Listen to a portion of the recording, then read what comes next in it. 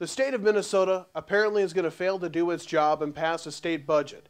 And the ramifications for that will be, well, we're just going to have to wait and see what they're going to be for us here in northwest Minnesota and throughout the state.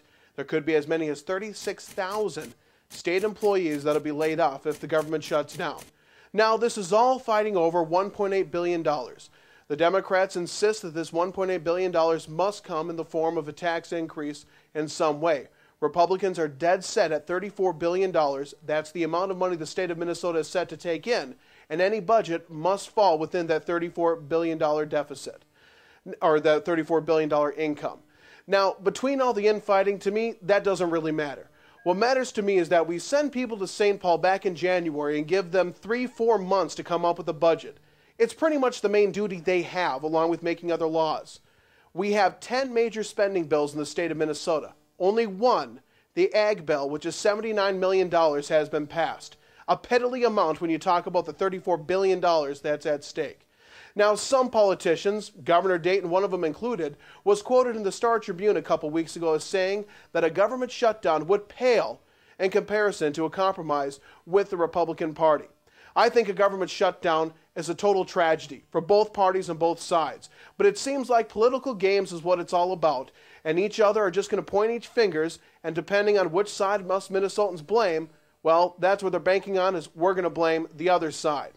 And we have this constitutional amendment. No budget bills being passed except for the one Ag Bill, but we have a constitutional amendment to vote on banning gay marriage in our Constitution, even though it's already against the law in the state of Minnesota for a homosexual couple to get married. If you want to do constitutional amendments, let's start with this one. How about any time the budget isn't passed or that there needs to be a special session, the legislatures don't get paid, period, for any date of work beyond that date? How come we don't put that in our Constitution? Instead, we're going to vote on other things. The budget and jobs was the number one thing I heard from every single representative running for office prior to November's election. And yet, we've gotten very little or no action on jobs or the economy in St. Paul. Instead, amalgamy of other bills put together that really most Minnesotans don't seem to care about. There's a few good ones, but when you've got $34 billion budget projected, or maybe a $35.8 billion budget, depending on which side wants it, and only $79 million of that is allocated, you've got some problems. Now, this can go one of two ways, in my opinion.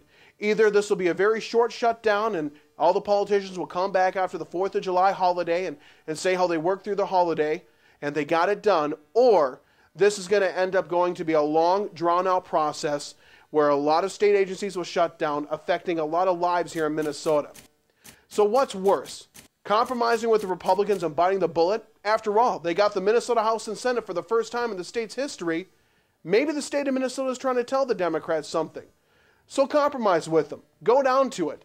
And then say, that's what you voted for. Elections have consequences, and see what happens in 2 years.